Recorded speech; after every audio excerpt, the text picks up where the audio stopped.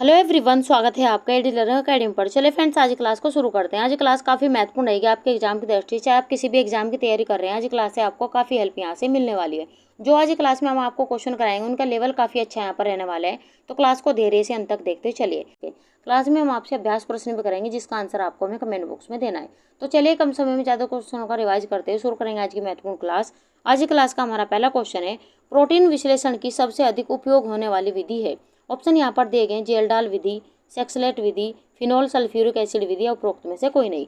GIC 2017 में question यहाँ से पूछा गया है और आपको सभी क्वेश्चन को पहले ध्यान से पढ़ना है, तब अपना आंसर यहाँ पर देना है। प्रोटीन विश्लेषण की सबसे अधिक उपयोग होने वाली विधि है यहाँ पर जेल्डाल विधि, तो पहले ऑप्शन यहाँ पर सही होगा। आइए देख लेते हैं महत्वपूर्ण व्याख्या के साथ में। प्रोटीन विश्लेषण की सबसे अधिक उपयोग होने वाली विधि जेल्डाल विधि है, जो हमारे क्वेश्चन का आंसर है। प्रोटीन का हमारे आहार में प्रमुख स्थान है।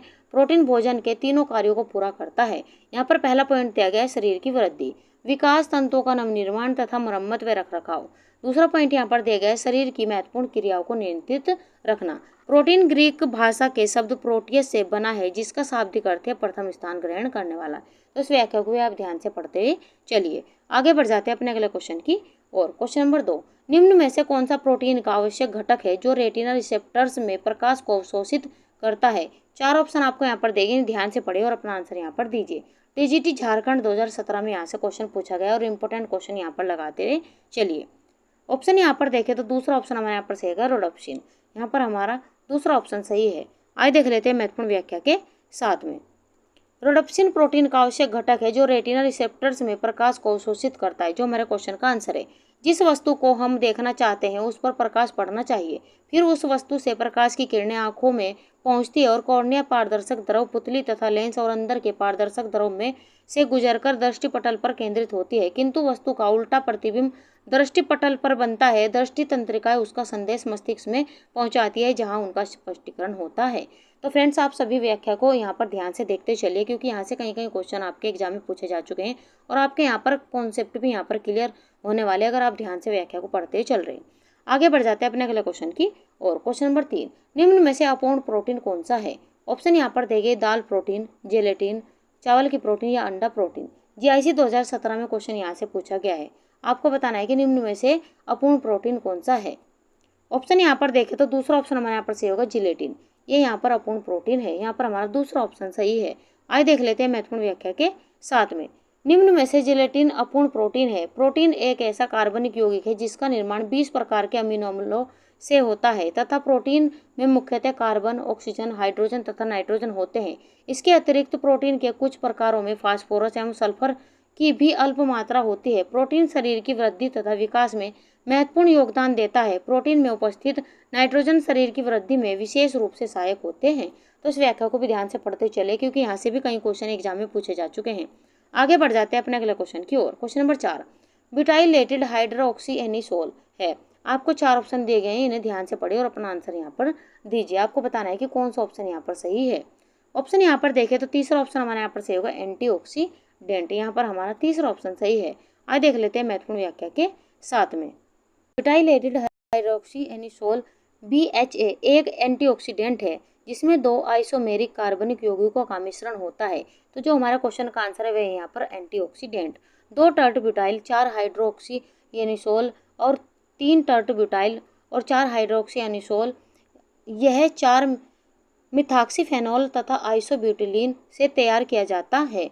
1947 के बाद से BHA को इसके एंटीऑक्सीडेंट गुणों की वजह से वसा युक्त खाद्य पदार्थों में जोड़ा गया है, क्योंकि यह भोजन को खराब होने से रोकता है। तो इस व्याख्या को भी आप इम्पोर्टेंट लगाते हुए चलिए, क्योंकि यहाँ से भी क्वेश्चन पूछे जा सकते हैं। आगे बढ़ जाते हैं अपने अगले क्वेश्चन की और। क्वेश्चन नंबर 5, 1 ग्राम वसा के दहन से ऊर्जा प्राप्त होती है। आपको यहाँ पर 4 ऑप्शन दिए गए, 8 kilo calorie, 7 kilo calorie, 6 kilo calorie या 9 किलो कैलोरी। यूपीटीजीटी 2021 में यहाँ से क्वेश्चन पूछा गया है। आपको यहाँ पर बताना है कि 1 ग्राम वसा के दहन से ऊर्जा प्राप्त होती है, तो कितनी ऊर्जा प्राप्त होती है यह आपको बताना है। ऑप्शन यहाँ पर देखें तो चौथा ऑप्शन हमारे यहाँ पर से होगा, 9 किलो कैलोरी ऊर्जा प्राप्त होती है 1 ग्राम वसा के दहन से। यहाँ पर हमारा चौथा ऑप्शन सही है। आगे बढ़ जाते हैं अपने अगले क्वेश्चन की ओर। क्वेश्चन नंबर 6, फोलिक अम्ल को निम्न में वर्गीकृत किया गया है। 4 ऑप्शन यहाँ पर दिए गए हैं, खनिज लवण, वसा में घुलनशील विटामिन, विटामिन B कॉम्प्लेक्स या प्रोक्सीमेट प्रिंसिपल्स। हरियाणा पीजीटी 2020 में यहाँ से क्वेश्चन पूछा गया है। आपको यहाँ पर बताना है कि कौन सा ऑप्शन यहाँ पर सही होगा। तो फोलिक अम्ल को निम्न में वर्गीकृत किया जाता है। यहाँ पर तीसरा ऑप्शन हमारे यहाँ पर सही होगा, विटामिन बी कॉम्प्लेक्स। यहाँ पर हमारा तीसरा ऑप्शन सही है। आगे बढ़ जाते हैं अपने अगले क्वेश्चन की और। क्वेश्चन नंबर 7, विटामिन शब्द का आविष्कार किसने किया? कॉलिन, फिशर, फंक या मैकाले।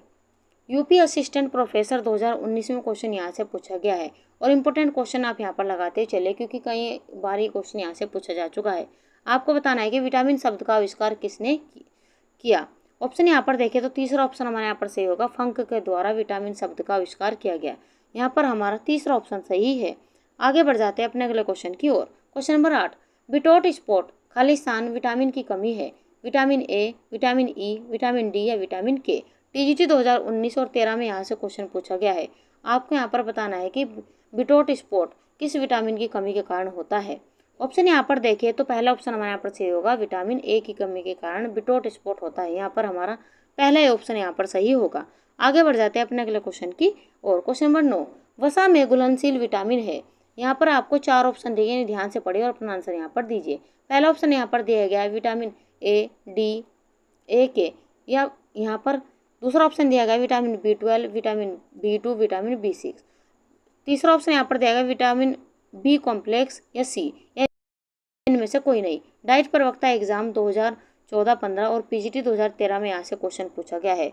आपको यहाँ पर बताना है कि कौन सा ऑप्शन यहाँ पर सही होगा। ऑप्शन यहाँ पर देखें तो पहले ऑप्शन हमारे यहाँ पर सही होगा, विटामिन ए, डी, ई, के, ये वसा में घुलनशील विटामिन है। यहाँ पर हमारा पहला ऑप्शन यहाँ पर सही होगा। आगे बढ़ जाते हैं अपने अगले क्वेश्चन की और। क्वेश्चन नंबर 10, निम्नलिखित में से कौन सा विटामिन हमारे शरीर में ही बनता है? Vitamin A, vitamin B, vitamin D या कोई नहीं। जीआईसी प्रवक्ता एग्जाम 2009 और 15 में यहाँ से क्वेश्चन पूछा गया है। आपको इंपॉर्टेंट क्वेश्चन लगाते हुए चलना है और आपको बताना है कि निम्नलिखित में से कौन सा विटामिन हमारे शरीर में ही बनता है। ऑप्शन यहाँ पर देखें तो पहले ऑप्शन हमारे यहाँ पर सही होगा, विटामिन ए, ये हमारे शरीर में ही बनता है। यहाँ पर हमारा पहला ऑप्शन यहाँ पर सही है। आज देख लेते हैं महत्वपूर्ण व्याख्या के साथ में। विटामिन ए का रासायनिक नाम रेटिनॉल है। ये भी क्वेश्चन इंपॉर्टेंट लगाते हुए चले, एग्जाम में पूछा गया है। यह शाकाहारी भोजन में नहीं होता, स्वयं जंतु शरीर यानी कि मानव शरीर में ही मुख्यतः यकृत एवं आंतरिक श्लेष्मा की कोशिकाओं में गाजर व अन्य पीली और गहरी हरी पत्तियों से प्राप्त कैरोटीन रंगाओं से इसका संश्लेषण होता है। यकृत में इसकी काफ़ी मात्रा भी संचित रहती है। यह हमें दूध, मक्खन, अंडों की जर्दी, जिगर, मछलियों के तेल आदि से प्राप्त होती है। इसकी कमी से रतौंधी हो जाती है। तो यहाँ से ये भी इंपॉर्टेंट क्वेश्चन कई बार एग्जाम में पूछा जा चुका है कि रतौंधी रोग किस विटामिन की कमी के कारण होता है। इसका रासायनिक नाम भी यहाँ से पूछा गया है। तो इस व्याख्या को आप इंपॉर्टेंट लगाते चले, कई क्वेश्चन यहाँ से एग्जाम में पूछे जा चुके हैं। आगे बढ़ जाते हैं अपने अगले क्वेश्चन की और। क्वेश्चन नंबर 11, वयस्क महिलाओं के लिए विटामिन सी की औसत दैनिक आवश्यकता क्या है? यहाँ पर आपको 4 ऑप्शन दिए गए, ध्यान से पढ़िए और अपना आंसर यहाँ पर दीजिए। टीजीटी झारखंड 2017 में यहाँ से क्वेश्चन पूछा गया है। आपको यहाँ पर वयस्क महिलाओं के लिए विटामिन सी की औसत दैनिक आवश्यकता आपसे पूछी गई है। ऑप्शन यहाँ पर देखें तो पहले ऑप्शन हमारे यहाँ पर से होगा 30 से 40 mg। यहाँ पर हमारा पहले ऑप्शन सही है। आइए देख लेते हैं महत्वपूर्ण व्याख्या के साथ में। वयस्क महिलाओं के लिए विटामिन सी की औसत दैनिक आवश्यकता 30 से 40 mg होती है।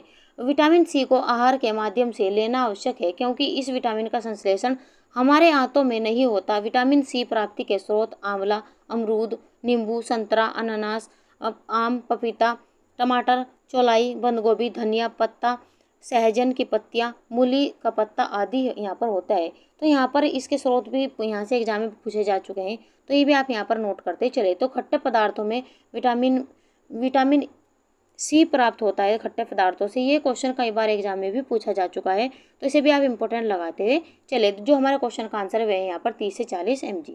आगे बढ़ जाते हैं अपने अगले क्वेश्चन की ओर। फ्रेंड्स, हमारी वीडियो, हमारा कंटेंट अगर आपको अच्छा लग रहा हो तो लाइक सब्सक्राइब करना ना भूले। तो चले बढ़ जाते हैं अपने 12वें क्वेश्चन की ओर। परनीशियस रक्ताल्पता एनीमिया होता है की कमी से। आपको यहाँ पर बताना है कि परनीशियस रक्ताल्पता किसकी कमी के कारण होता है। ऑप्शन यहाँ पर दिए गए, लौह तत्व, फोलिक अम्ल, vitamin B12, vitamin B6। TGT 2013 में यहाँ से क्वेश्चन पूछा गया है और इम्पोर्टेंट क्वेश्चन आप यहाँ पर लगाते हुए चलिए।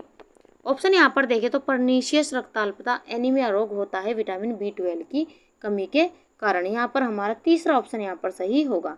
आगे बढ़ जाते हैं अपने अगले क्वेश्चन की ओर। क्वेश्चन नंबर 13, किस प्रकार के भोज्य पदार्थ को रक्षात्मक भोज्य पदार्थ कहते हैं? ऑप्शन यहाँ पर देंगे, जिसमें कार्बोज अधिक हो, जिसमें अधिक प्रोटीन हो, जिसमें विटामिन तथा खनिज अधिक हो, या उपरोक्त में से कोई नहीं। जीआईसी प्रवक्ता एग्जाम 2012-13 में क्वेश्चन यहाँ से पूछा गया है। आपको यहाँ पर बताना है कि कौन सा ऑप्शन यहाँ पर सही होगा। ऑप्शन यहाँ पर देखें तो तीसरा ऑप्शन हमारा यहाँ पर सही होगा, जिसमें विटामिन तथा खनिज अधिक हो। यहाँ पर हमारा तीसरा ऑप्शन यहाँ पर सही होगा। आगे बढ़ जाते हैं अपने अगले क्वेश्चन की ओर। क्वेश्चन नंबर 14, हीमोग्लोबिन के निर्माण हेतु दोनों की आवश्यकता होती है। ऑप्शन यहाँ पर दिए गए लौह तत्व एवं कैल्शियम, लौह तत्व एवं जिंक, लौह तत्व एवं फोलिक अम्ल, लौह तत्व एवं एस्कॉर्बिक अम्ल। टीजीटी 2013 में यहाँ से क्वेश्चन पूछा गया है और इम्पोर्टेंट क्वेश्चन आप यहाँ पर लगाते चलिए। आपको यहाँ पर बताना है कि हीमोग्लोबिन के निर्माण हेतु दोनों की आवश्यकता होती है। तो किन किन की आवश्यकता होती है आपको बताना है। ऑप्शन यहाँ पर देखें तो तीसरा ऑप्शन हमारे यहाँ पर सही होगा, लौह तत्व एवं फोलिक अम्ल की आवश्यकता होती है। यहाँ पर हमारा तीसरा ऑप्शन सही होगा। आगे बढ़ जाते हैं अपने अगले क्वेश्चन की ओर। क्वेश्चन नंबर 15, यहाँ पर अभिकथन और कारण आपको यहाँ पर दिया गया है, इन्हें ध्यान से पढ़ना है और तब अपना आंसर यहाँ पर देना है। अभिकथन ए, आहार में प्रचुर मात्रा में फल व सब्जी का समावेश करना हृदय रोग में सुरक्षात्मक भूमिका अदा करता है। वही कारण इसका यहाँ पर दिया गया है, फलों और सब्जियों में रेशे और एंटीऑक्सीडेंट की उपस्थिति को इसका श्रेय दिया जाता है। ऑप्शन यहाँ पर देखें ए और आर दोनों सत्य है। ए सत्य है परंतु आर असत्य है। ए और आर दोनों सत्य है। ए सत्य है परंतु आर आंशिक रूप से सत्य है। यूजीसी नेट एग्जाम 2008 में यहाँ से क्वेश्चन पूछा गया है। आपको यहाँ पर बताना है कि कौन सा ऑप्शन यहाँ पर सही होगा। ऑप्शन यहाँ पर देखें तो पहले ऑप्शन हमारे यहाँ पर सही होगा, ए और आर दोनों ही यहाँ पर सत्य है। तो यहाँ पर हमारा कारण भी और अभिकथन भी इसका यहाँ पर सत्य है। तो यहाँ पर हमारा पहला ऑप्शन सही होगा। आगे बढ़ जाते हैं अपने अगले क्वेश्चन की और। क्वेश्चन नंबर 16, ऊन से निर्मित चमकीला वस्त्र जो लामा पेस्को के ऊन से बनता है। ऑप्शन यहाँ पर देखें कैनवास, वकल, अल्पाका या calico. MP PhD entrance exam 2015 में यहाँ से क्वेश्चन पूछा गया है। आपको यहाँ पर बताना है कि ऊन से निर्मित चमकीला वस्त्र जो लामा पेस्को ऊन से बनता है, कौन सा ऑप्शन यहाँ पर सही होगा। ऑप्शन यहाँ पर देखें तो चौथा ऑप्शन हमारे यहाँ पर सही होगा, कैलिको। यहाँ पर हमारा चौथा ऑप्शन सही है। आज देख लेते हैं महत्वपूर्ण व्याख्या के साथ में। ऊन से निर्मित चमकीला वस्त्र जो लामा पेस्को के ऊन से बनता है वो कैलिको, उसे कैलिको कहते हैं, जो हमारे क्वेश्चन का आंसर है। लामा ऊंट जाति का पशु है। इसमें बालों में भी दो परतें हैं, यानी कि इसके बालों में भी दो परतें होती है। ऊपरी परत के बाल लंबे, घने, भारी एवं मोटे होते हैं। नीचे की परत से बहुत मुलायम, कोमल एवं बारीक रेशों की प्राप्ति होती है। इसके बालों में रेशम के समान चमक पाई जाती है। लामा दक्षिण अमेरिका में पाया जाता है। यह जानवर बालों के साथ साथ सामान ढोने के लिए भी प्रसिद्ध है। तो ये कहाँ पर पाए जाते हैं, ये भी क्वेश्चन महत्वपूर्ण बन जाता है। और इसके बालों की दो परतें होती है, ये भी आपको यहाँ पर ध्यान से देखते हुए चलना है। तो यहाँ से आपका कॉन्सेप्ट भी यहाँ पर क्लियर होने वाला है अगर आप व्याख्या को ध्यान से पढ़ते हुए चल रहे हैं। आगे बढ़ जाते हैं अपने अगले क्वेश्चन की और। क्वेश्चन नंबर 17, रेशम के कीड़े के सबसे निष्क्रिय अवस्था आपको यहाँ पर बतानी है। ऑप्शन यहाँ पर दिए गए हैं, लार्वा, प्यूपा, कोकून या कीड़ा। आपको यहाँ पर बताना है कि रेशम के कीड़े की सबसे निष्क्रिय अवस्था कौन सी होगी। ऑप्शन यहाँ पर देखें तो तीसरा ऑप्शन हमारे यहाँ पर सही हो, कोकून। ये रेशम के कीड़े की सबसे निष्क्रिय अवस्था है। यहाँ पर हमारा तीसरा ऑप्शन यहाँ पर सही है। आइए देख लेते हैं महत्वपूर्ण व्याख्या के साथ में। रेशम के कीड़े की सबसे निष्क्रिय अवस्था कोकून की अवस्था होती है। इस अवस्था में कीड़े लगातार लार स्रावित करने लगते हैं। उसके मुख के पास दो ग्रंथियां होती है, जिनके छिद्रों से तरल पदार्थ के रूप में लार निकलती है, जो वातावरण में सूखती जाती है। सूखने के बाद ये आपस में सट जाते हैं, जिन्हें प्यूपा शीघ्रता से अपने शरीर पर लपेटते जाते हैं।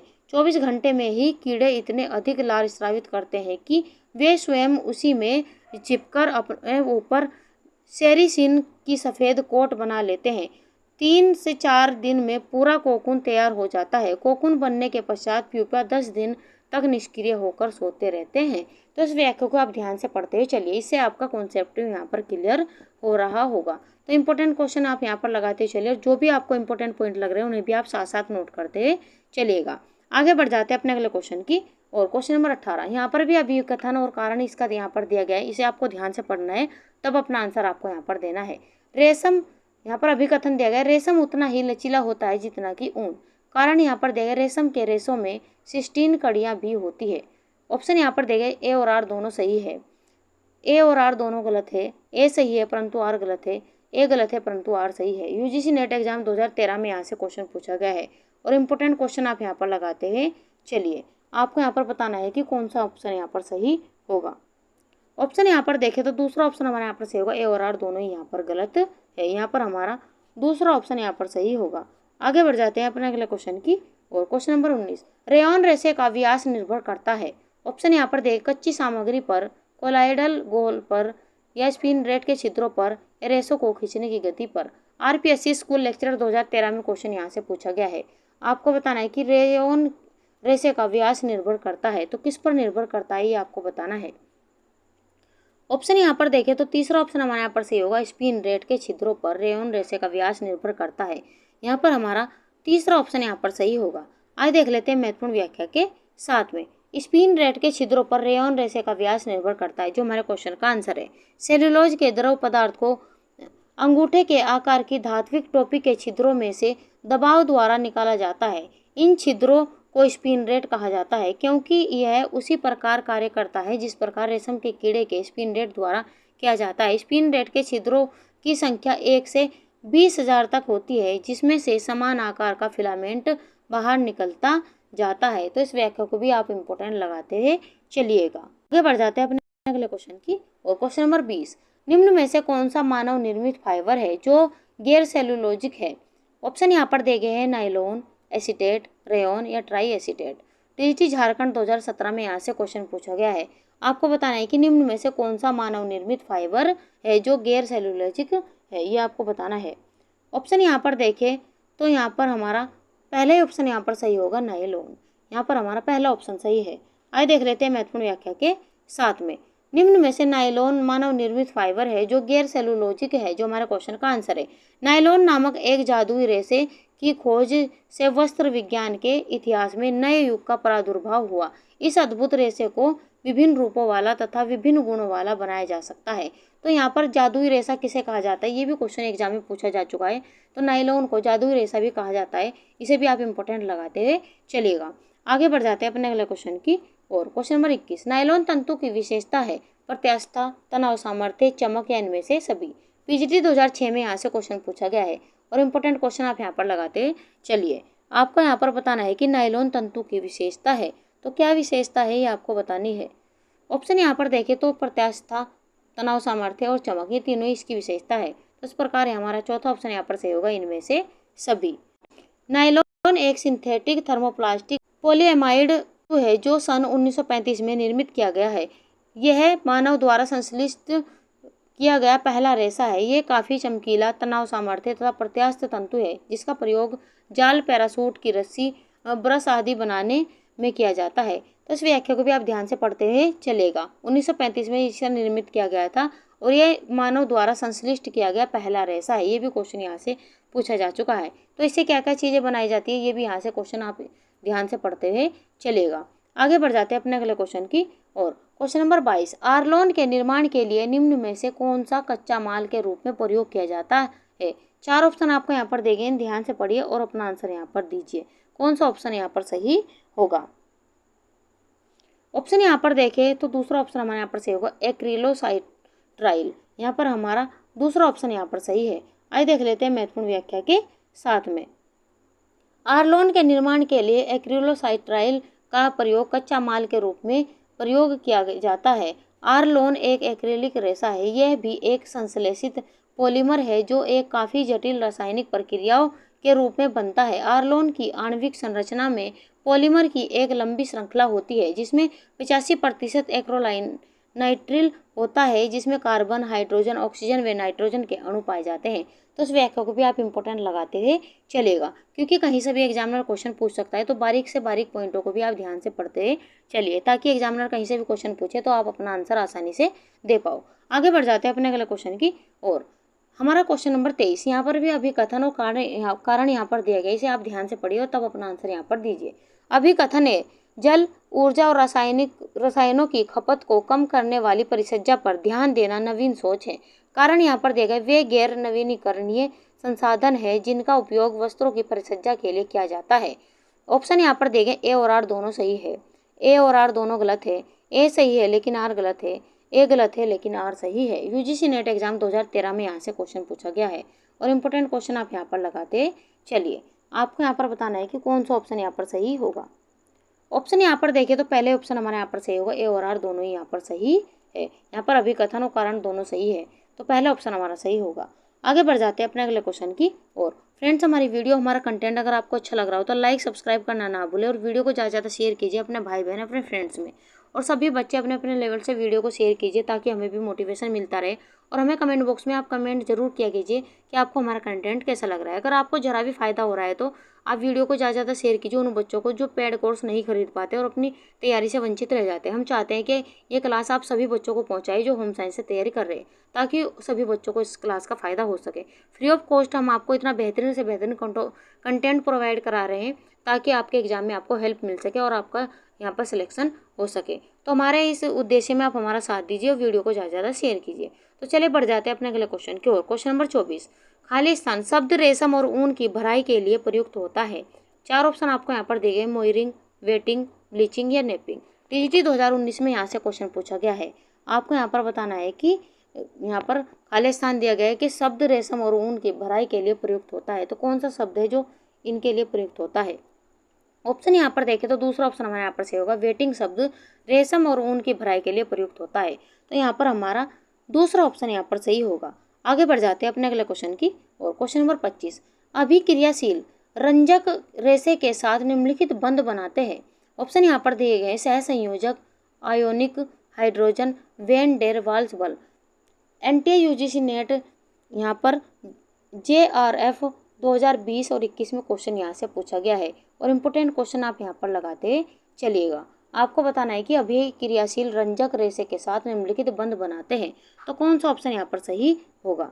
ऑप्शन यहाँ पर देखें तो पहला ऑप्शन हमारा यहाँ पर सही होगा, सहसंयोजक बंध बनाते हैं। यहाँ पर हमारा पहला ऑप्शन सही है। आइए देख लेते हैं महत्वपूर्ण व्याख्या के साथ में।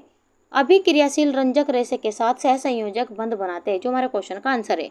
प्रतिक्रियाशील रंगों के अणुओं में प्रतिक्रियाशील समूह होते हैं जो सेलुलोज में हाइड्रोक्सिल समूह और प्रोटीन फाइबर में अमीनो समूह के साथ प्रतिक्रिया कर सकते हैं। प्रतिक्रियाशील रंगों में चमकीले रंग, अच्छे स्तर की रंगाई, सरल रंगाई विधि, उच्च डाई पूर्ण क्रोमेटोग्राम और कम लागत की विशेषताएं होती है। ये मुख्य रूप से कपास, लिनन, चिपचिपा रेशम, ऊन और अन्य फाइबर और उनके मिश्रित कपड़े रंगाई के लिए प्रयोग किया जाता है। ऐसा ही संयोजक बंध तब बनता है जब परमाणुओं के बीच इलेक्ट्रॉनों का बराबर हिस्सा होता है। तो उस व्याख्या को भी आप इम्पोर्टेंट लगाते चलिए और यहाँ पर भी बारीक से बारीक पॉइंटों को ध्यान से पढ़ते चलिए।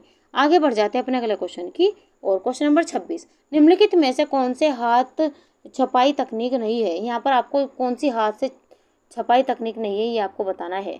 डुप्लेक्स, स्टेंसिल, स्क्रीन या ब्लॉक। यूजीसी नेट एग्जाम 2013 में क्वेश्चन यहाँ से पूछा गया है और इम्पोर्टेंट आपको यहाँ पर लगाते ही चलना है क्वेश्चन को। ऑप्शन यहाँ पर देखें तो पहले ऑप्शन हमारे यहाँ पर सही होगा, डुप्लेक्स। ये यहाँ पर हाथ छपाई तकनीक नहीं है। यहाँ पर हमारा पहला ऑप्शन यहाँ पर सही होगा। आइए देख लेते हैं महत्वपूर्ण व्याख्या के साथ में। डुप्लेक्स हाथ की छपाई तकनीक नहीं है, जो हमारे क्वेश्चन का आंसर है। हाथ की छपाई तकनीक में स्क्रीन, ब्लॉक, स्टेंसिल आदि छपाई आती है। छपाई प्रक्रिया द्वारा बुने हुए वस्त्रों की परिसज्जा की जाती है। छपाई प्रक्रिया में रंग को विभिन्न आकृतियों एवं डिजाइनों के रूप में वस्त्र पर छापा जाता है। स्क्रीन छपाई, स्क्रीन बनाने के लिए एक विशेष प्रकार की लकड़ी का फ्रेम तैयार किया जाता है। उसी लकड़ी के फ्रेम पर नायलॉन के कपड़े को खींचकर तान दिया जाता है, तब छपाई की जाती है। तो इस व्याख्या को भी आप यहाँ पर ध्यान से पढ़ते हुए चलिए। आगे बढ़ जाते हैं अपने अगले क्वेश्चन की और। क्वेश्चन नंबर 27, सामाजिकरण आरंभ होता है। ऑप्शन यहाँ पर दिए गए, घर में, विद्यालय में, कॉलेज में या पड़ोस में। डाइट प्रवक्ता एग्जाम 2014-15 में क्वेश्चन यहाँ से पूछा गया है। आपको यहाँ पर बताना है कि सामाजिकरण आरंभ होता है, तो कहाँ से आरंभ होता है ये आपको बताना है। ऑप्शन यहाँ पर देखिए, सामाजिकरण आरंभ होता है घर में। यहाँ पर हमारा पहले ऑप्शन सही होगा। आगे बढ़ जाते हैं अपने अगले क्वेश्चन की और। क्वेश्चन नंबर 28, परिवार को जीवन की प्रारंभिक पाठशाला के नाम से किसने संबोधित किया है। ऑप्शन यहाँ पर देखे, मैक्स वेबर, दुर्खीम, प्लेटो तथा अरस्तु या स्पेंसर। टीजीटी 2004 में यहाँ से क्वेश्चन पूछा गया है। आपको बताना है कि परिवार को जीवन के प्रारंभिक पाठशाला के रूप में किसने संबोधित किया है। ऑप्शन यहाँ पर देखें तो तीसरा ऑप्शन हमारे यहाँ पर से प्लेटो तथा अरस्तु ने यहाँ पर संबोधित किया है, तो यहाँ पर हमारा तीसरा ऑप्शन यहाँ पर सही होगा। आगे बढ़ जाते हैं अपने अगले क्वेश्चन की और। क्वेश्चन नंबर 29, यह किसने माना था संस्थाएं एक समाज की व्यवस्थाएं होती है। ऑप्शन यहाँ पर देखे, John dewy, Douglas north, Peter Albert या शानबर्ग। टीजीटी झारखंड 2017 में यहाँ से क्वेश्चन पूछा गया है। आपको यहाँ पर बताना है कि यह किसने माना था कि संस्थाएं एक समाज की व्यवस्था होती है। यहाँ पर इंपॉर्टेंट क्वेश्चन आप यहाँ पर लगाते हुए चलेगा। ऑप्शन यहाँ पर देखें तो दूसरा ऑप्शन हमारे यहाँ पर सही होगा, डगलस नॉर्थ के द्वारा ये माना गया था। यहाँ पर हमारा दूसरा ऑप्शन सही है। आगे बढ़ जाते हैं अपने अगले क्वेश्चन की और। क्वेश्चन नंबर 30, लड़कों के लिए विवाह की न्यूनतम वैधानिक आयु है 18 वर्ष, 21 वर्ष, 23 वर्ष या 24 वर्ष। टीजीटी 2013 में यहाँ से क्वेश्चन पूछा गया है और इंपॉर्टेंट क्वेश्चन लगाते चलेगा क्योंकि अलग अलग तरीके से ये क्वेश्चन यहाँ से पूछा जा चुका है। तो आपको यहाँ पर बताना है कि लड़कों के लिए विवाह की न्यूनतम वैधानिक आयु क्या है। ऑप्शन यहाँ पर देखें तो दूसरा ऑप्शन हमारे यहाँ पर सही होगा, 21 वर्ष। यहाँ पर लड़कों की वैधानिक आयु यहाँ पर 21 वर्ष है। और लड़कियों की यहाँ पर बात करें तो यहाँ पर लड़कियों की यहाँ पर 18 वर्ष है। तो ये भी क्वेश्चन यहाँ से पूछा जा चुका है। आगे बढ़ जाते हैं अपने अगले क्वेश्चन की और। क्वेश्चन नंबर 31, पोंछा लगाना किस प्रकार का कार्य है। ऑप्शन यहाँ पर देंगे, सामान्य कार्य, हल्का कार्य, कठिन कार्य, एक एवं दोनों। यूपी टीजीटी 2021 में क्वेश्चन यहाँ से पूछा गया है और इंपॉर्टेंट क्वेश्चन आप यहाँ पर लगाते चलिए। आपको बताना है कि पोंछा लगाना किस प्रकार का कार्य है, ये आपको बताना है। ऑप्शन यहाँ पर देखें तो पोंछा लगाना एक कठिन कार्य है। यहाँ पर हमारा तीसरा ऑप्शन यहाँ पर सही होगा। आइए देख लेते हैं महत्वपूर्ण व्याख्या के साथ में।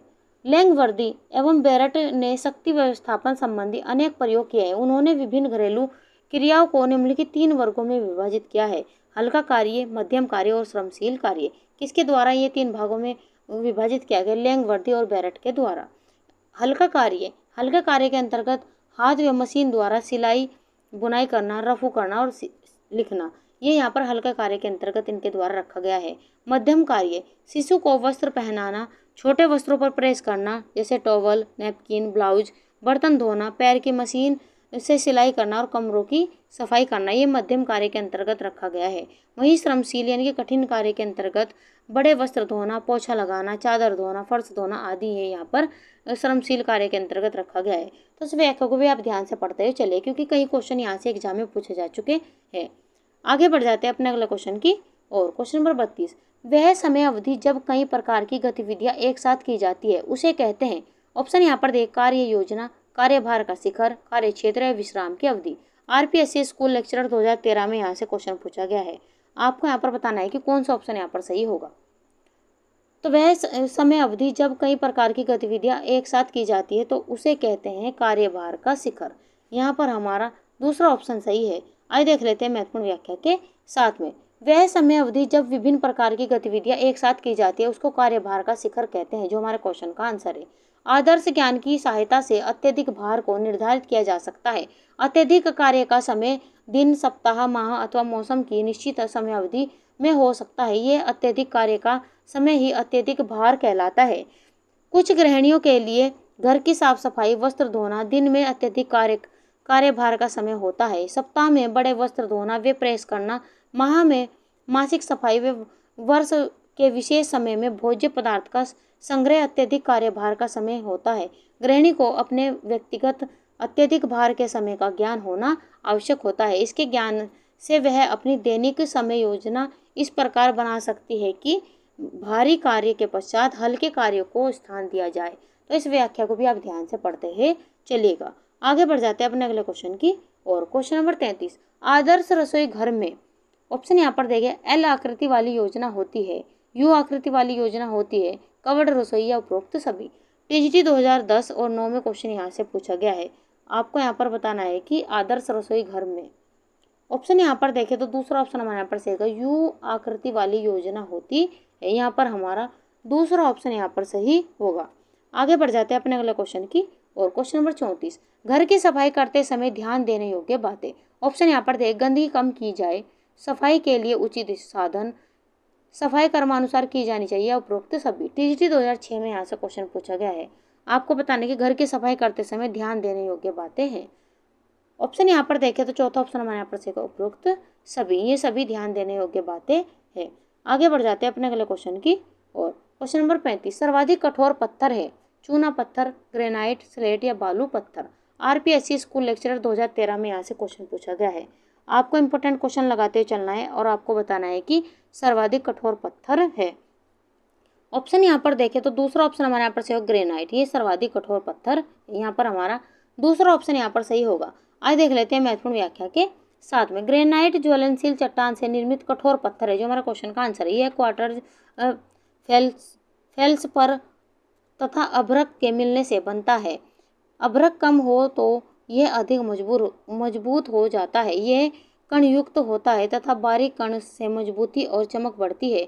इसका रंग हल्का व गहरा सलेटी होता है। बहुत महंगा होने से इसका उपयोग अत्यंत संपन्न परिवार ही घरों में कर पाते हैं। यह आंध्र और कर्नाटक के विशेषकर यानी कि ये आंध्र प्रदेश और कर्नाटक में विशेषकर मिलता है। तो इस व्याख्या को भी आप ध्यान से पढ़ते हैं।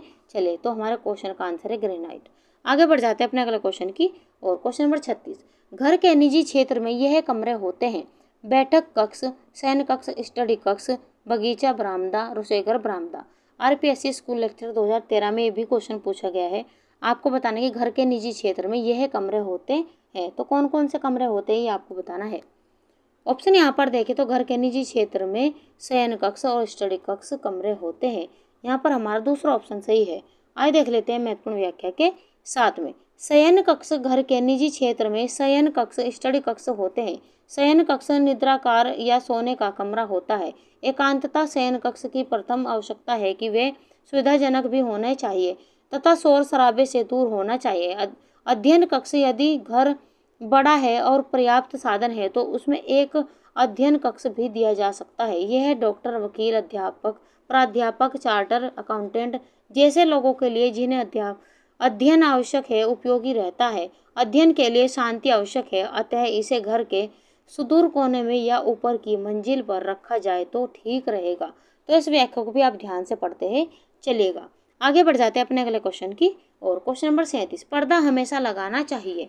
ऑप्शन यहाँ पर देंगे: मोटा तथा पूरे दरवाजे एवं खिड़कियों पर, पतला एवं पूरे दरवाजे एवं खिड़कियों पर, पतला एवं आधे दरवाजे एवं खिड़कियों पर, या किसी भी तरह से।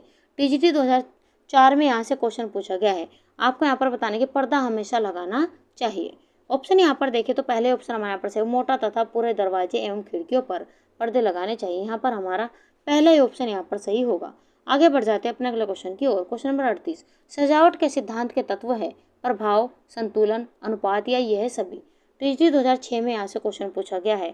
आपको यहाँ पर बताना है कि सजावट के सिद्धांत के तत्व है। ऑप्शन यहाँ पर देखें तो चौथा हमारा ऑप्शन यहाँ पर सही होगा, यह है सभी। प्रभाव, संतुलन और यहाँ पर अनुपात, ये सभी यहाँ पर सजावट के सिद्धांत के तत्व हैं। आगे बढ़ जाते हैं अपने अगले क्वेश्चन की और क्वेश्चन नंबर 39। अनुरूपता को निम्न प्रकार से उत्पन्न किया जाता है। चार ऑप्शन यहाँ पर देंगे: आकार, बनावट, रेखा, या तीनों द्वारा। टीजीटी 2006 में यहाँ से क्वेश्चन पूछा गया है। आपको यहाँ पर बताना है कि अनुरूपता को निम्न प्रकार से उत्पन्न किया जाता है। ऑप्शन यहाँ पर देखें तो तीनों ऑप्शन हमारे यहाँ पर से तीनों के द्वारा अनुरूपता यहाँ पर उत्पन्न किया जा सकता है। तो आकार, बनावट और रेखा तीनों ऑप्शन हमारे यहाँ पर से होगा। तो इस प्रकार चौथा ऑप्शन हमारे यहाँ पर से तीनों द्वारा। आगे बढ़ जाते हैं अपने अगले क्वेश्चन की ओर। Question number 40। खाली स्थान के द्वारा सीखने की विधि सशक्त होती है: दृश्य श्रव्य साधन, नेतृत्व, प्रशासन, या अच्छा स्वास्थ्य। आपको यहाँ पर बताना है कि कौन सा ऑप्शन यहाँ पर सही होगा।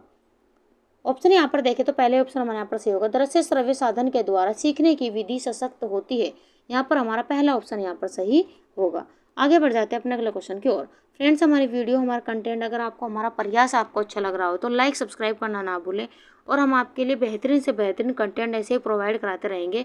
आप हमें कमेंट बॉक्स में कमेंट जरूर किया कीजिए। कोई भी बच्चा हमें यहाँ पर कमेंट बॉक्स में कमेंट नहीं करता है, एक आध बच्चा ही हमें कमेंट बॉक्स में कमेंट करता है। तो चलिए बढ़ जाते हैं अगले क्वेश्चन की ओर। Question number 41। सामुदायिक विकास में प्रसार शिक्षा किसके द्वारा विकसित की गई है? ऑप्शन यहाँ पर दिए गए: लिगन्स, सागर, श्री रामाकृष्णा, या स्किनर। जीआईसी 2021 में क्वेश्चन यहाँ से पूछा गया है। आपको यहाँ पर बताना है कि कौन सा ऑप्शन यहाँ पर सही होगा। सामुदायिक विकास में प्रसार शिक्षा किसके द्वारा विकसित की गई है? तो पहला ऑप्शन हमारे यहाँ पर सही होगा, लिगन्स के द्वारा विकसित की गई है। यहाँ पर हमारा पहला ऑप्शन सही है। आगे बढ़ जाते हैं अपने अगले क्वेश्चन की और यहाँ पर आप यहाँ पर व्याख्या देखते हुए चलेगा। सामुदायिक विकास में प्रसार शिक्षा लिगन्स द्वारा विकसित की गई है, जो हमारे क्वेश्चन का आंसर है। लिगन्स के शब्दों में अधिक से अधिक लोगों को आगे बढ़ने के लिए निर्देशित करना ही प्रसार शिक्षा का मुख्य उद्देश्य है। ग्रामीण जनता के जीवन स्तर और रहन सहन के स्तर को ऊंचा उठाने के लिए प्राकृतिक संसाधनों का सही तरीके से उपयोग करना तथा नवीन तकनीकों के जीवन में अपनाने के लिए प्रेरित करना ही प्रसार शिक्षा का मौलिक उद्देश्य है। तो यहाँ पर जो हमारे क्वेश्चन का आंसर है वह है यहाँ पर लिगन्स। तो इस व्याख्या को भी आप इंपॉर्टेंट लगाते हुए चलेगा और ध्यान से व्याख्या को पढ़िएगा। आगे बढ़ जाते हैं अपने अगले क्वेश्चन की और क्वेश्चन नंबर 42। सामुदायिक विकास किस संकल्पना से विकसित हुआ है? ऑप्शन यहाँ पर दिए गए सामाजिक शिक्षा, प्रसार शिक्षा या सामूहिक शिक्षा या उपरोक्त में से कोई नहीं। यूपीएलटी 2018 में यहाँ से क्वेश्चन पूछा गया है। आपको यहाँ पर बताना है कि कौन सा ऑप्शन यहाँ पर सही होगा। तो सामुदायिक विकास की किस संकल्पना से विकसित हुआ है, तो ये ऑप्शन दूसरा हमारे यहाँ पर सही होगा, प्रसार शिक्षा। यहाँ पर हमारा दूसरा ऑप्शन सही है। आगे बढ़ जाते हैं अपने अगले क्वेश्चन की और। क्वेश्चन नंबर 43, सामुदायिक विकास योजना का उद्देश्य है। ऑप्शन यहाँ पर दिए गए शिक्षा सुविधा, सामुदायिक विकास की सुविधा, ग्रामीण उद्योगों का विकास या उपरोक्त सभी। जीआईसी प्रवक्ता एग्जाम 2013-14 में यहाँ से क्वेश्चन पूछा गया है और इम्पोर्टेंट क्वेश्चन आप यहाँ पर लगाते हैं चलेगा। आपको यहाँ पर बताना है कि कौन सा ऑप्शन यहाँ पर सही होगा। सामुदायिक विकास योजना का उद्देश्य अगर हम यहाँ पर बात करें तो शिक्षा सुविधा भी होगा, सामुदायिक की सुविधा भी होगा और ग्रामीण उद्योगों का विकास भी करना होगा। तो इस प्रकार चौथा ऑप्शन हमारे यहाँ पर सही होगा, उपरोक्त सभी। आगे बढ़ जाते हैं अपने अगले क्वेश्चन की और। क्वेश्चन नंबर 44, निम्नलिखित में से कौन सा ICDS के तहत प्रदान की जाने वाली सेवाओं का एक घटक नहीं है। यहाँ पर नहीं दिया गया है तो इसे क्वेश्चन को आपको ध्यान से पढ़ना है। जिनमें नहीं दिया गया होता है, बच्चे जल्दीबाजी में क्वेश्चन तो पढ़ लेते हैं लेकिन नहीं देखना भूल जाते हैं, जिससे उनका आता हुआ क्वेश्चन भी गलत हो जाता है। तो आपको ऐसा बिल्कुल भी नहीं करना है, क्वेश्चन को ध्यान से पढ़ना है, तब अपना आंसर आपको यहाँ पर देना है। आपको यहाँ पर बताना है कि निम्नलिखित में से कौन सा ICDS के तहत प्रदान की जाने वाली सेवाओं का एक घटक नहीं है। ये आपको बताना है कौन सा ऑप्शन यहाँ पर सही होगा। ऑप्शन यहाँ पर देखें तो पहले ऑप्शन हमारे यहाँ पर सही होगा, औपचारिक शिक्षा। यहाँ पर हमारा पहला ऑप्शन सही है। आइए देख लेते हैं महत्वपूर्ण व्याख्या के साथ में। औपचारिक शिक्षा ICDS के तहत प्रदान की जाने वाली सेवाओं का एक घटक नहीं है, जो हमारे क्वेश्चन का आंसर है। समन्वित बाल विकास योजना ICDS integrated child development scheme, इसका शुभारंभ 1975 यानी कि 2 अक्टूबर 1975 को हुआ था। प्रारंभ में 33 खंड चुने गए थे, परंतु वर्तमान में 2000 से अधिक क्षेत्रों में चलाई जा रही है। NIPCCD यानी कि निप्सिड का इस योजना से क्रियान्वयन में सहयोग है। उद्देश्य यहाँ पर दिया गया है स्कूल पूर्व बालकों एवं गर्भवती तथा धात्री माताओं के स्वास्थ्य में सुधार लाने हेतु। वहीं दूसरा पॉइंट यहाँ पर दिया गया है, यहाँ पर माताओं एवं शिशुओं के जीवित रहने के दर को बढ़ाने एवं उन्हें स्वास्थ्य पौष्टिक एवं सीखने के अवसर हेतु। वहीं कार्य क्षेत्र इसके यहाँ पर दिए गए कार्य क्षेत्र में टीकाकरण, स्कूल पूर्व अनौपचारिक शिक्षा, पूरक आहार, पोषण एवं स्वास्थ्य शिक्षा, प्रशिक्षण, विशेषज्ञ सुविधा। टीकाकरण यहाँ पर दिया गया बच्चों को 6 जानलेवा बीमारियों से बचाव हेतु आंगनबाड़ी केंद्रों पर टीके लगवाए जाते हैं, जिसमें यहाँ पर पॉइंट दिया गया है स्कूल पूर्व बालकों के लिए अनौपचारिक शिक्षा। 3 से 6 साल तक के बच्चों को आंगनबाड़ी केंद्र बुलाकर उन्हें पढ़ना लिखना तथा गीत कहानी के माध्यम से सिखाया जाता है। यहाँ पर पूरक आहार के बारे में यहाँ पर दिया गया है आंगनबाड़ी केंद्रों द्वारा 1 से 6 वर्ष के करीब बच्चों को मुफ्त पूरक आहार दिया जाता है। इन पूरक आहारों में भुना चना, मूंग दाल, खिचड़ी, अंकुरित चना, सत्तू आदि दिया जाता है। तो इस यहाँ पर क्वेश्चन को यहाँ पर इस व्याख्या को इम्पोर्टेंट लगाते चलिए। यहाँ से आपके कई कॉन्सेप्ट भी क्लियर हो रहे हैं और यहाँ पर आपके कई यहाँ पर क्वेश्चन भी यहाँ पर बन रहे हैं। तो इसे आप इम्पोर्टेंट लगाते चलिए और जो भी आपको इम्पोर्टेंट लग रहा है उन्हें आप साथ साथ नोट करते भी चलेगा। तो हमारे क्वेश्चन का आंसर है यहाँ पर अनौपचारिक शिक्षा। आगे बढ़ जाते हैं अपने अगले क्वेश्चन की और। क्वेश्चन नंबर 45, बाल मनोविज्ञान मनोविज्ञान की वह शाखा है जिसमें जन्म से परिपक्वता तक विकसित हो रहे मानव का अध्ययन किया जाता है। यह किसने कहा था। ऑप्शन यहाँ पर दिए गए हैं क्रो, हरलॉक, जेम्स ड्रेवे या फ्रॉइड। आपको यहाँ पर बताना है कि ये कथन दिया गया है, आपको बताना है कि ये कथन किसके द्वारा दिया गया था। यहाँ पर देखें तो तीसरा ऑप्शन हमारे यहाँ पर सही होगा, जेम्स ड्रेवे के द्वारा ये कहा गया था। यहाँ पर हमारा तीसरा ऑप्शन यहाँ पर सही होगा। आगे बढ़ जाते हैं अपने अगले क्वेश्चन की और। क्वेश्चन नंबर 46, वृद्धि के दौरान बच्चों को किस अमीनो अम्ल की आवश्यकता होती है। 4 ऑप्शन आपको यहाँ पर देखें, ध्यान से पढ़िए और अपना आंसर यहाँ पर दीजिए। यूपीटीजीटी 2021 में यहाँ से क्वेश्चन पूछा गया है, इसे आप इम्पोर्टेंट लगाते चलिए। आपको यहाँ पर बताना है कि वृद्धि के दौरान बच्चों को किस अमीनो अम्ल की आवश्यकता होती है। ऑप्शन यहाँ पर देखें तो तीसरा ऑप्शन हमारे यहाँ पर सही होगा, हिस्टाडीन। यहाँ पर हमारा तीसरा ऑप्शन सही है। आइए देख लेते हैं महत्वपूर्ण व्याख्या के साथ में। हिस्टाडीन एक आवश्यक अमीनो अम्ल है जिसका उपयोग प्रोटीन के जैव संश्लेषण में किया जाता है, जिसमें शामिल अल्फा अमीनो समूह का एक कार्बोलिक एसिड समूह है जो यह शिशुओं की वृद्धि के लिए आवश्यक है, लेकिन अब यह वयस्कों के लिए भी आवश्यक होने के लिए लंबी अवधि के अध्ययन में दिखाया गया है। यहाँ पर विकल्प यहाँ पर सी यहाँ पर सही है, हिस्टाडीन। तो इस व्याख्या को भी आप ध्यान से पढ़ते हैं चलिएगा। आगे बढ़ जाते हैं अपने अगले क्वेश्चन की और। क्वेश्चन नंबर 47, विकास से तात्पर्य है। यहाँ पर आपको 4 ऑप्शन दिए गए, परिणात्मक परिवर्तन, गुणात्मक परिवर्तन, यहाँ पर गुणात्मक एवं परिणात्मक परिवर्तन या उपरोक्त में से कोई नहीं। जीआईसी 2017 और जीआईसी प्रवक्ता एग्जाम 2015 में यहाँ से क्वेश्चन पूछा गया है। इंपॉर्टेंट क्वेश्चन आप यहाँ पर लगाते चलिए। आपको यहाँ पर बताना है कि विकास से तात्पर्य है। ऑप्शन यहाँ पर देखें तो तीसरा ऑप्शन हमारे यहाँ पर सही है, गुणात्मक एवं परिमाणात्मक परिवर्तन। इससे विकास से तात्पर्य है। यहाँ पर हमारा तीसरा ऑप्शन यहाँ पर सही होगा। आगे बढ़ जाते हैं अपने अगले क्वेश्चन की ओर। क्वेश्चन नंबर 48, अभिवृत्ति मापन के स्केलोग्राम विधि का प्रतिपादन किया। ऑप्शन यहाँ पर दिए गटमैन ने, लिकर्ट ने, थर्स्टन ने या थॉर्नडाइक ने। एलटी 2020 में यहाँ से क्वेश्चन पूछा गया है और इम्पोर्टेंट क्वेश्चन आप यहाँ पर लगाते हैं चलिए। आपको यहाँ पर बताना है कि अभिवृत्ति मापन की स्केलोग्राम विधि का प्रतिपादन किया गया था, तो किसके द्वारा किया गया था ये आपको बताना है। ऑप्शन यहाँ पर देखें तो पहले ऑप्शन हमारे यहाँ पर सही होगा, गटमैन ने इसका यहाँ पर प्रतिपादन किया था। यहाँ पर हमारा पहला ऑप्शन सही है। आइए देख लेते हैं महत्वपूर्ण व्याख्या के साथ में। अभिवृत्ति मापन की स्केलोग्राम विधि का प्रतिपादन गटमैन ने किया है, जो हमारे क्वेश्चन का आंसर है। इस विधि में कथन को जोड़ों में दिया जाता है। सहमति की मात्रा जितनी अधिक होगी, अभिवृत्ति अंक उतने ही अधिक होंगे। इस विधि में व्यक्ति के कथन के बारे में केवल सहमति या असहमति ही पूछी जाती है। सहमति की स्थिति में यहाँ पर अंक एवं असहमति की स्थिति में 0 अंक यानी कि 1 अंक तथा असहमति की स्थिति में और 0 अंक प्रदान करके संपूर्ण योग करके संपूर्ण अभिवृत्ति अंक ज्ञात कर लेते हैं। लिकर्ट योग निर्धारण विधि यहाँ पर दी गई और थर्स्टन यहाँ पर युग्मक तुलनात्मक विधि इसके द्वारा दी गई। थर्स्टन और चेव समदृष्टि अंतर विधि, तो यहाँ पर लिकर्ट के द्वारा योग निर्धारण विधि दी गई, थर्स्टन के द्वारा युग्म तुलनात्मक विधि दी गई और यहाँ पर थर्स्टन एवं चेव के द्वारा समदृष्टि अंतर विधि दी गई है। तो जो हमारे क्वेश्चन का आंसर है वह यहाँ पर गटमैन। तो इस व्याख्या को आप इंपोर्टेंट लगाते चलिए। इससे यहाँ पर आपका कॉन्सेप्ट भी यहाँ पर क्लियर हो रहा है और महत्वपूर्ण पॉइंट भी आपको यहाँ पर मिल रहे हैं। तो महत्वपूर्ण पॉइंटों का आप नोट करते ही चलेगा और उस व्याख्या को ध्यान से पढ़ते ही चलिए। आगे बढ़ जाते हैं अपने अगला क्वेश्चन की और। क्वेश्चन नंबर 49, संबंधवाद का सिद्धांत किसने प्रतिपादित किया। थर्स्टन, स्किनर, थॉर्नडाइक या पेवलोव। एलटी 2020 में यहाँ से क्वेश्चन पूछा गया है। आपको बताना है कि संबंधवाद का सिद्धांत किसने प्रतिपादित किया। ऑप्शन यहाँ पर देखें तो तीसरा ऑप्शन हमारे यहाँ पर सही होगा, थॉर्नडाइक। थॉर्नडाइक के द्वारा संबंधवाद का सिद्धांत प्रतिपादित किया गया। यहाँ पर हमारा तीसरा ऑप्शन सही है। आइए देख लेते हैं महत्वपूर्ण व्याख्या के साथ में। संबंधवाद का सिद्धांत थॉर्नडाइक ने प्रतिपादित किया, जो हमारे क्वेश्चन का आंसर है। एक विशेष उद्दीपक एक विशेष अनुक्रिया के साथ संबंध स्थापित हो जाता है, यही संबंधवाद है। थॉर्नडाइक ने अपना प्रयोग एक भूखी बिल्ली पर किया। भूखी बिल्ली को एक विशेष बॉक्स में बंद कर दिया गया तथा बॉक्स के बाहर भोजन रख दिया गया, अर्थात उद्दीपक और अनुक्रिया में स्थायी बंधन बन गया। तो इस व्याख्या को भी आप ध्यान से देखते चलिए। इनके द्वारा किस पर प्रयोग किया गया था ये भी क्वेश्चन कई बार एग्जाम में पूछा जा चुका है, तो इंपॉर्टेंट लगाते चलिए। तो चलिए बढ़ जाते हैं अपने यहाँ पर अभ्यास प्रश्न की ओर। आज का अभ्यास प्रश्न है, मनोवैज्ञानिक जिसने संज्ञानात्मक विकास के क्षेत्र में महत्वपूर्ण योगदान दिया है वह है। ऑप्शन यहाँ पर दिए गए, जीन पियाजे, पावलोव, सिगमंड फ्रायड या एरिक्सन। और आप यहाँ पर देख सकते हैं कितना महत्वपूर्ण प्रश्न है। यूपीटीसी 2021, उत्तराखंड असिस्टेंट प्रोफेसर 2015 और आप यहाँ पर देख सकते जीआईसी प्रवक्ता एग्जाम 2009 में भी ये क्वेश्चन यहाँ से पूछा गया है। तो इस क्वेश्चन का आंसर आपको हमें कमेंट बॉक्स में देना है। इंपॉर्टेंट क्वेश्चन आप यहाँ पर लगाते चले।